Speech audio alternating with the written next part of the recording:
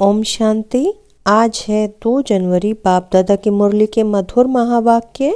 मीठे बच्चे, बाप की श्रीमत का रिगार्ड रखना, माना मुरली कभी भी मिस नहीं करना, हर आज्ञा का पालन करना। क्वेश्चन है, अगर तुम बच्चों से कोई पूछे राजी खुशी हो तो तुम्हें कौन सा जवाब फलक से देना चाहिए? उत्तर है, बोलो परवाह थी पार ब्रह्मा में रहने वाले की, वह मिल गया, बाकी क्या चाहिए, पाना था सो पा लिया। तुम ईश्वरीय बच्चों को किसी बात की परवाह नहीं, तुम्हें बाप ने अपना बनाया, तुम्हारे पर ताज रखा, फिर परवाह किस बात की। ओम शांति। बाप समझाते हैं, बच्चों की बुद्धि में जरूर होगा कि बाबा बाप भी है, टीचर भी है, सुप्रीम गुरु भी है, इसे याद में जरूर होंगे। यह याद कभी कोई सिखला भी नहीं सकते, बाप ही कल्प कल्प आकर सिखलाते हैं। वही ज्ञान सागर पतित पावन भी है, वह बाप भी है, टीचर भी है, गुरु भी है। यह अब समझा जाता है जबकि ज्ञान का तीसरा नेत्र मिला है। बच्चे भल समझते तो होंगे, परंतु बाप को ही भूल जाते हैं, तो टीचर गुरु फिर कैसे याद आएगा। माया बहुत ही प्रबल है, जो 3 रूप में महिमा होते हुए भी तीनों को भुला देती है।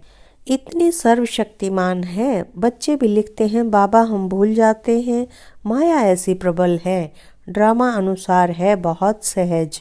बच्चे समझते हैं ऐसा कभी कोई हो नहीं सकता। वही बाप टीचर सतगुरु है।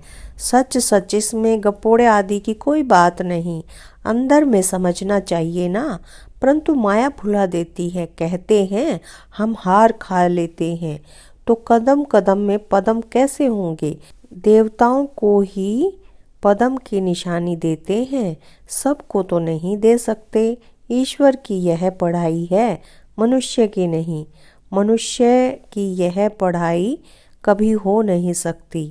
भल देवताओं की महिमा की जाती है, परंतु फिर भी ऊंच ते ऊंच एक बाप है, बाकी उनकी बड़ाई क्या है। आज गदाई कल राजाई। अभी तुम पुरुषार्थ कर रहे हो ऐसा लक्ष्मी नारायण बनने का, जानते हो इस पुरुषार्थ में बहुत फेल होते हैं। पढ़ते फिर भी इतने हैं जितने कल पहले पास हुए थे। वास्तव में ज्ञान है भी बहुत सहज, परंतु माया भुला देती है। बाप कहते हैं अपना चार्ट लिखो, परंतु लिख नहीं पाते हैं। कहाँ तक बैठ लिखें, अगर लिखते भी हैं तो जांच करते हैं। 2 घंटा याद में रहे, फिर वह भी उन्हों को मालूम पड़ता है जो बाप की श्रीमत को अमल में लाते हैं। बाप तो समझेंगे, इन विचारों को लज्जा आती होगी, नहीं तो श्रीमत अमल में लानी चाहिए, परंतु 2% मुश्किल चार्ट लिखते हैं। बच्चों को श्रीमत का इतना रिगार्ड नहीं है, मुरली मिलते हुए भी पढ़ते नहीं हैं। दिल में लगता जरूर होगा, बाबा कहते तो सच हैं, हम मुरली ही नहीं पढ़ते तो बाकी औरों को समझाएंगे क्या। याद की यात्रा। ओम शांति। रूहानी बाप रूहानी बच्चों को समझाते हैं, यह तो बच्चे समझते हैं, बरोबर हम आत्मा हैं, परमात्मा पढ़ा रहे हैं। और क्या कहते हैं, मुझे याद करो तो तुम स्वर्ग के मालिक बनो। इसमें बाप भी आ गया, पढ़ाई और पढ़ाने वाला भी आ गया, सदगति दाता भी आ गया। थोड़े अक्षर में सारा ज्ञान आ जाता है। यहाँ तुम आते ही हो इसको रिवाइज करने लिए। बाप भी यही समझाते हैं, क्योंकि तुम खुद कहते हो हम भूल जाते हैं, इसलिए यहाँ आते हैं रिवाइज करने। भल कोई यहाँ रहते हैं तो भी रिवाइज नहीं होता है, तकदीर में नहीं है। तदबीर तो बाप कराते ही हैं, तदबीर कराने वाला एक बाप ही है। इसमें कोई की पास खातिरी भी नहीं हो सकती है, न स्पेशल पढ़ाई है। उस पढ़ाई में स्पेशल पढ़ने लिए टीचर को बुलाते हैं, यह तो तकदीर बनाने लिए सबको पढ़ाते हैं। एक एक को अलग कहाँ तक पढ़ाएंगे, कितने ढेर बच्चे हैं। उस पढ़ाई में कोई बड़े आदमी के बच्चे होते हैं तो उन्हों को स्पेशल पढ़ाते हैं। टीचर जानते हैं कि यह डल है, इसलिए उनको स्कॉलरशिप लायक बनाते हैं। यह बाप ऐसे नहीं करते हैं, यह तो एक रस सबको पढ़ाते हैं। वह हुआ टीचर का एक्स्ट्रा पुरुषार्थ कराना। यह तो एक्स्ट्रा पुरुषार्थ किसको अलग से कराते नहीं। एक्स्ट्रा पुरुषार्थ माना ही मास्टर कुछ कृपा करते हैं। ऐसे तो भल पैसे लेते हैं, खास टाइम दे पढ़ाते हैं, जिससे वह जास्ती पढ़कर होशियार होते हैं। यहाँ तो जास्ती कुछ पढ़ने की बात है ही नहीं, इनकी तो बात ही नहीं है। एक ही महामंत्र देते हैं, मनमना भव।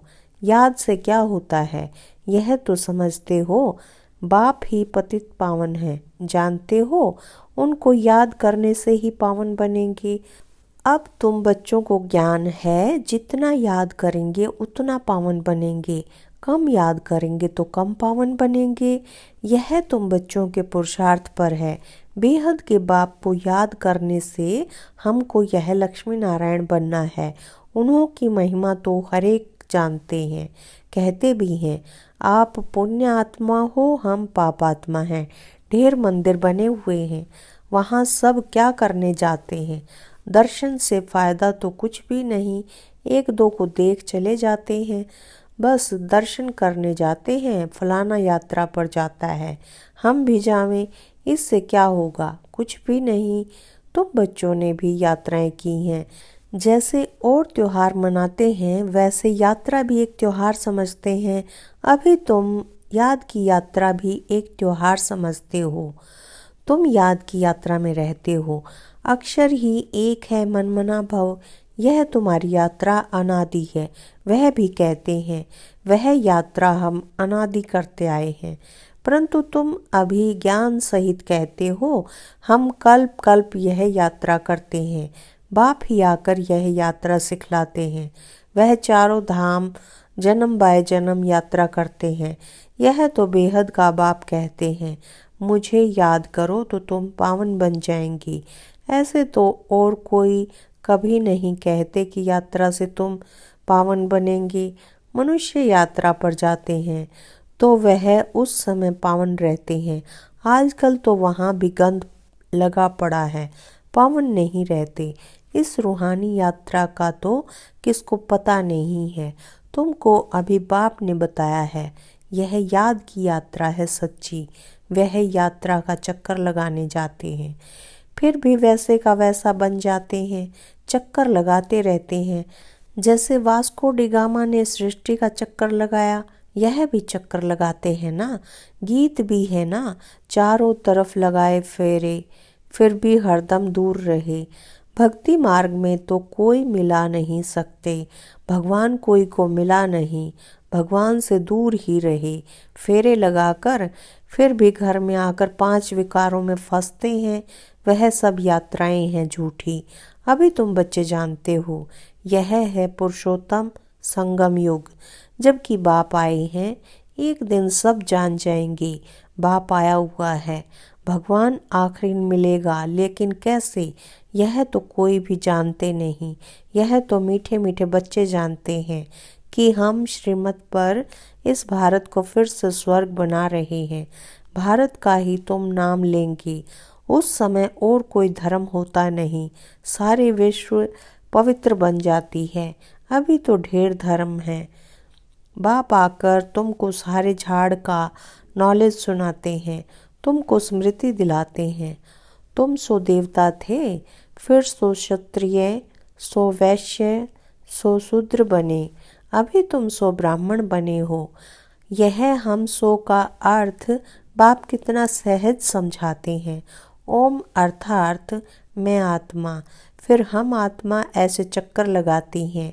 वह तो कह देते हैं हम आत्मा सो परमात्मा, परमात्मा सो हम आत्मा। एक भी नहीं जिसको हम सो का अर्थ यथार्थ मालूम हो।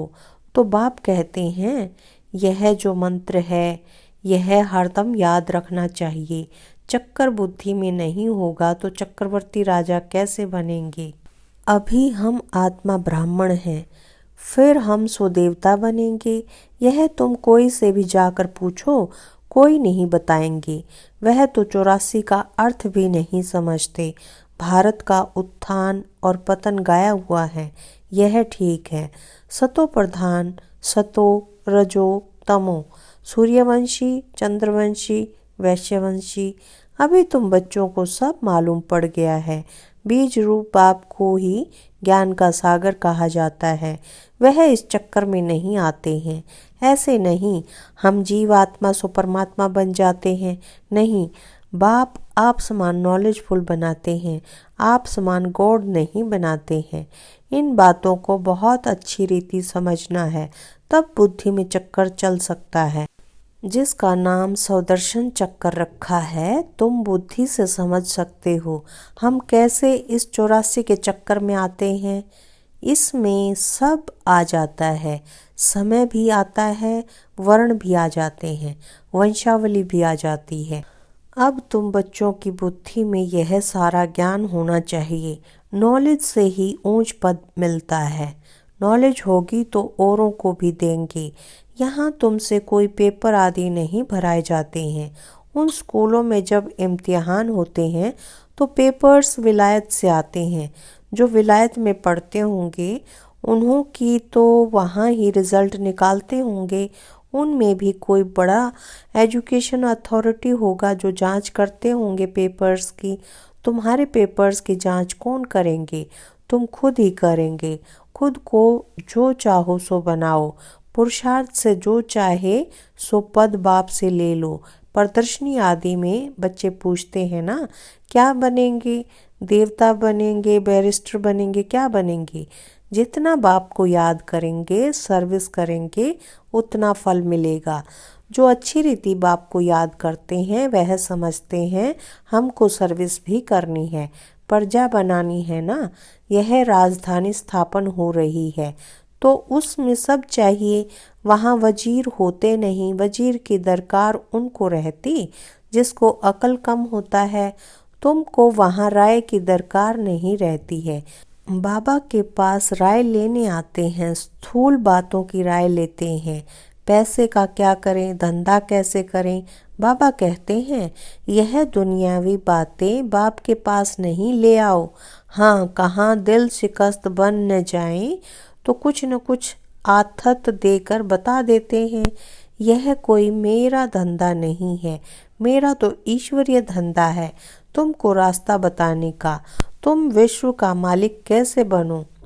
तुमको मिली है श्रीमत, बाकी सब है आसुरी मत। सतयुग में कहेंगे श्रीमत, कलयुग में आसुरी मत। वह है ही सुख धाम। वहाँ ऐसे भी नहीं कहेंगे कि राजी खुशी हो, तबीयत ठीक है। यह अक्षर वहाँ होते नहीं, यह यहाँ पूछा जाता है। कोई तकलीफ तो नहीं है, राजी खुशी हो, इसमें भी बहुत बातें आ जाती हैं।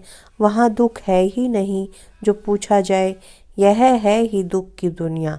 वास्तव में तुमसे कोई पूछ नहीं सकता। भल माया गिराने वाली है तो भी बाप मिला है ना। तुम कहेंगे क्या तुम खुश खराफत पूछते हो? हम ईश्वर के बच्चे हैं, हमसे क्या खुश खराफत पूछते हो? परवाह थी पार ब्रह्मा में रहने वाले बाप की, वह मिल गया, फिर किसकी परवाह? यह हमेशा याद करना चाहिए। हम किसके बच्चे हैं? यह भी बुद्धि में ज्ञान है कि जब हम पावन बन जाएंगे तो फिर लड़ाई शुरू हो जाएगी। तो जब भी तुमसे कोई पूछे कि तुम खुश राजी हो तो बोलो हम तो सदैव खुश राजी हैं। बीमार भी हो तो भी बाप की याद में हो।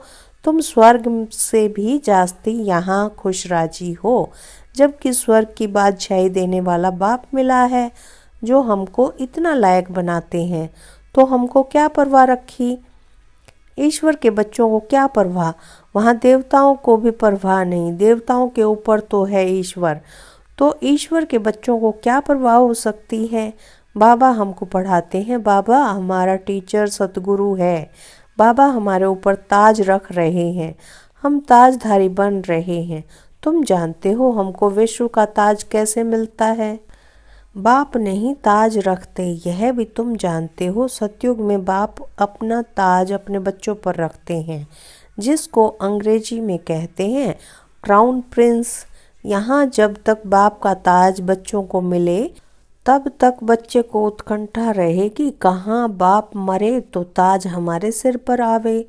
आस होगी प्रिंस से महाराजा बनूं। वहाँ तो ऐसी बात नहीं होती। अपने समय पर कायदे अनुसार बाप बच्चों को ताज देकर फिर किनारा कर लेते हैं। वहाँ वानप्रस्थ की चर्चा होती नहीं। बच्चों को महल आदि बनाकर देते हैं, आशाएं सब पूरी हो जाती हैं। तुम समझ सकते हो, सतयुग में सुख ही सुख है। प्रैक्टिकल में सब सुख तब पाएंगे जब वहाँ जाएंगे। वह तो तुम ही जानो। स्वर्ग में क्या होगा, एक शरीर छोड़ फिर कहाँ जाएंगे। अभी तुम्हें प्रैक्टिकल में बाप पढ़ा रहे हैं। तुम जानते हो हम सच सच स्वर्ग में जाएंगे। वह तो कह देते हम स्वर्ग में जाते हैं, पता भी नहीं है स्वर्ग किसको कहा जाता है। जन्म जन्मांतर यह अज्ञान की बातें सुनते आए, अभी बाप तुमको सत्य बातें सुनाते हैं।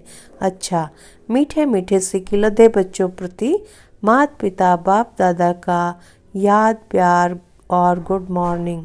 रूहानी बाप की रूहानी बच्चों को नमस्ते। हम रूहानी बच्चों की रूहानी बाप दादा को याद प्यार गुड मॉर्निंग और नमस्ते। धारणा के लिए मुख्य सार है। पहला पॉइंट, सदा राजी खुशी रहने के लिए बाप की याद में रहना है। पढ़ाई से अपने ऊपर राजाई का ताज रखना है। दूसरा पॉइंट, श्रीमत पर भारत को स्वर्ग बनाने की सेवा करनी है। सदा श्रीमत का रिगार्ड रखना है। वरदान है, कनेक्शन और रिलेशन द्वारा मनसा शक्ति के प्रत्यक्ष प्रमाण देखने वाले सूक्ष्म सेवाधारी भव। जैसे वाणी की शक्ति व कर्म की शक्ति का प्रत्यक्ष प्रमाण दिखाई देता है, वैसे सबसे पावरफुल साइलेंस शक्ति का प्रत्यक्ष प्रमाण देखने के लिए बाप दादा के साथ निरंतर क्लियर कनेक्शन और रिलेशन हो। इसे ही योग बल कहा जाता है। ऐसी योग बल वाली आत्माएं स्थूल में दूर रहने वाली आत्मा को सम्मुख का अनुभव करा सकती हैं। आत्माओं का आह्वान कर उन्हें परिवर्तन कर सकती हैं। यही सूक्ष्म सेवा है। इसके लिए एकाग्रता की शक्ति को बढ़ाओ। स्लोगन है, अपने सर्व खजानों को सफल करने वाले ही महादानी आत्मा है। अपने सर्व खजानों को सफल करने वाले ही महादानी आत्मा है। अच्छा, ओम शांति, ओम शांति।